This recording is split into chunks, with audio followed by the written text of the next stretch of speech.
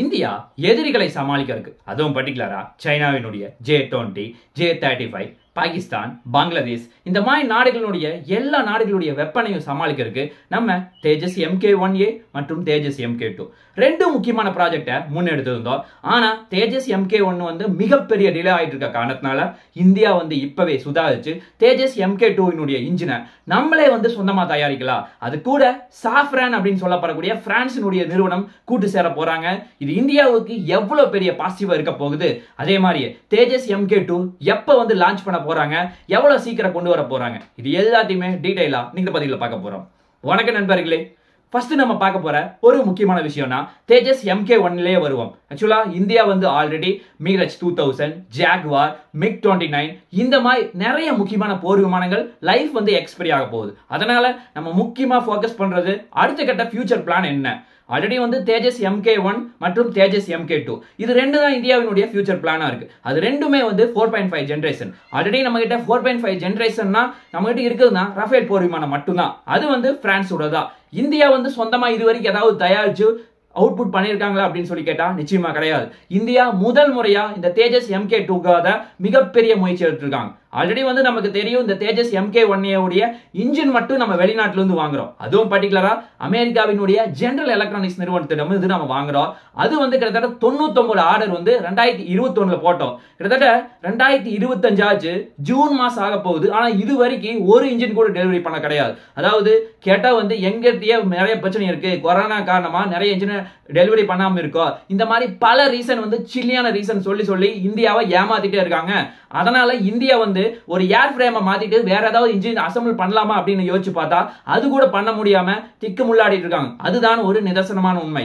அதனால இந்தியா இப்ப என்ன பிளான் பண்றாங்க, தேஜஸ் MK2 ஆல்ரெடி வந்து HAL மற்றும் ADA அப்படின்னு சொல்லப்படக்கூடிய ஏரோநாட்டிக்கல் டெவலப்மெண்ட் ஏஜென்சி இவங்க ரெண்டு பேருமே டிசைன் பண்ணிருக்காங்க. ஆக்சுவலா இப்ப என்னன்னா பிளான்னா தேஜஸ் MK2க்கு இன்ஜின் வந்து அதுவும் அமெரிக்காவினுடைய ஜெனரல் எலக்ட்ரானிக்ஸ் F414 அப்படின்னு சொல்லப்படக்கூடிய அந்த இன்ஜினை போட்டு தான் பிளான் பண்ணியிருந்தாங்க.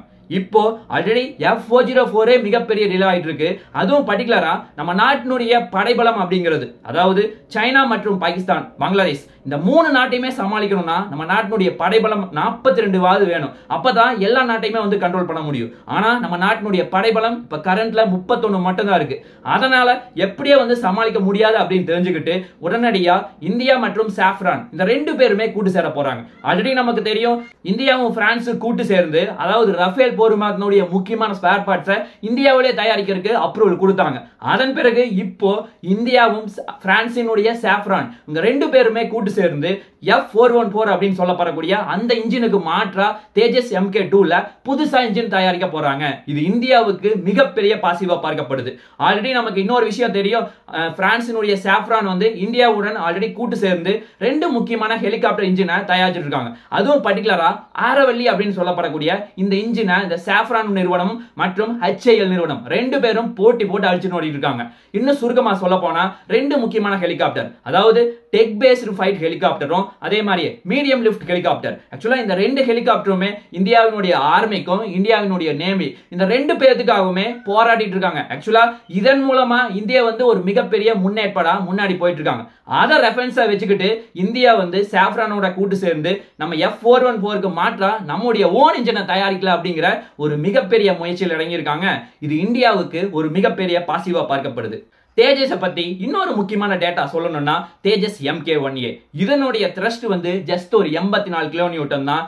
தேஜஸ் MK2 வந்து 98 கிலோநியூட்டன் கொடுக்க அப்படின்னு சொல்லி எதிர்பார்க்கறாங்க. ஆக்சுவலா இந்த MK1A MK2 இது ரெண்டுமே அமெரிக்காவினுடைய ஜெனரல் எலக்ட்ரானிக்ஸ் நிறுவனம் தயாரிச்சா இவ்வளவு பெரிய அவுட்புட் வரும். ஆனா இந்தியாவினுடைய எக்ஸ்பெக்டேஷன் எவ்வளவுன்னு பார்த்தா தேஜஸ் MK2க்கு கிட்டத்தட்ட 110 கிலோநியூட்டன் வேணும் அப்படின்னு சொல்லி எதிர்பார்க்கறாங்க. இன்னும் சுருக்கமா சொல்ல போனா அமெரிக்கா தயாரிச்சா அதனுடைய வெயிட் அப்படிங்கிறது பார்த்தா 26 டன் வந்து டோட்டலா லிஃப்ட் பண்ண முடியும். இன்னும் சுருக்கமா சொல்லணும்னா 20 டன் வந்து ஏர்கிராஃப்ட்னுடைய வெயிட், 6 டன் வந்து எக்ஸ்டர்னல் பேலோட், அது எல்லாமே மிங்கிள் ஆகும் அப்படின்னு சொல்லி எதிர்பார்க்கறாங்க. ஆக்சுவலா இந்தியாவினுடைய எக்ஸ்பெக்டேஷன் படி 110 கிலோநியூட்டன் மட்டும் அவங்க கொடுத்துட்டாங்கன்னா நம்மனால 3 டன் வந்து பேலோட், அதாவது ஃபியூல் டேங்க் அதிகரிக்க முடியும், 3 டன் வந்து எக்ஸ்டர்னல் பேலோடு அதிகரிக்க முடியும். அதுதான் இந்தியாவினுடைய ஒரு முக்கியமான யோசனையா இருக்கு.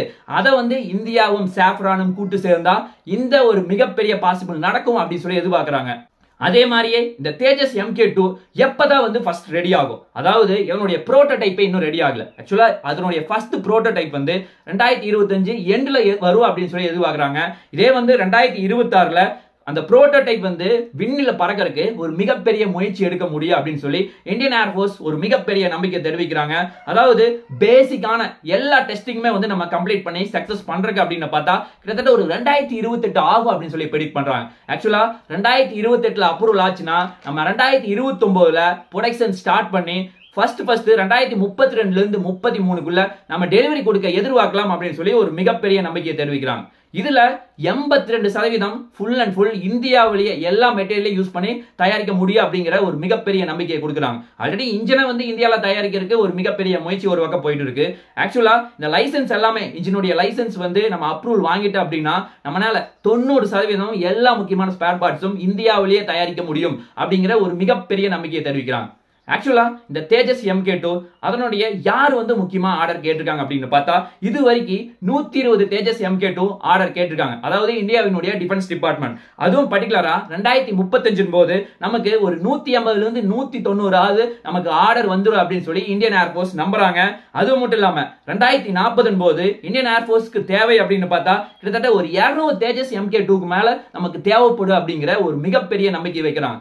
ஏன் அப்படின்னா நம்ம நாட்டினுடைய படைபலம் அதே மாதிரி நிறைய முக்கியமான போர் விமானங்கள் எல்லாமே லைஃப் எக்ஸ்பைரி ஆயிட்டு இருக்கு. அதனால இது எல்லாமே தேஜஸ் MK1 தேஜஸ் MK2 இது எல்லாமே உள்ள வந்துட்டே இருந்தா தான் நம்ம வந்து சமாளிக்க முடியும் எதிரிகளை. அதுதான் ஒரு நிதர்சனமான உண்மை.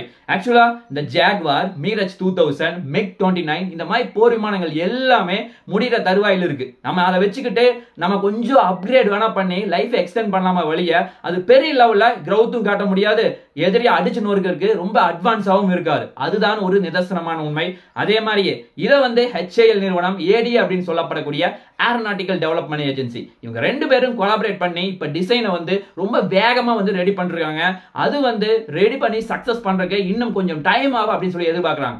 ஆனா இந்தியா வந்து சைனா மாதிரி நாடுகளை அடிக்கணும், அதுவும் பர்டிகுலரா J-20, J-35 இந்த மாதிரி அட்வான்ஸா தொடர்ந்து முன்னாடி போயிட்டு இருக்காங்க. ஆல்ரெடி அவங்க கிட்ட ஒரு 300 J-20 அப்படிங்கிற 5ஆம் தலைமுறை போர் விமானம் இருக்கு. ஆனா நம்ம கிட்ட இப்பதான் 4.5 ஜெனரேஷனுக்கு மிகப்பெரிய அடிதடியா இருக்கு. அதனால இந்த ஒரு 10 வருஷம் எப்படியாவது சமாளிச்சாகணும், அதுவும் பர்டிகுலரா சைனா, பாகிஸ்தான். அதனால நம்ம கிட்ட இருக்கிற வெப்பனை வச்சு ரொம்ப பெரிய லெவல்ல நம்ம வந்து சமாளிக்க முடியாது. அதனால கண்டிப்பா இன்னொரு 5ஆம் தலைமுறை போர் விமானத்தை ஒரு 10 வருஷத்துக்கு சமாளிக்கிறதுக்கு கண்டிப்பா வாங்குற மாதிரி ஒரு சிச்சுவேஷன் தான் வரும் அப்படின்னு சொல்லி நான் எதிர்பார்க்கிறேன். நீங்க என்ன நினைக்கிறீங்கன்னு கீழே கண்டிப்பா கமெண்ட் லீவ் பண்ணுங்க. இந்த மாதிரி இன்னொரு இன்ட்ரெஸ்டிங்கான வீடியோவோட நாளைக்கு உங்களை நான் சந்திக்கிறேன். நன்றி, வணக்கம், தேங்க்யூ, ஜெய் ஹிந்த்.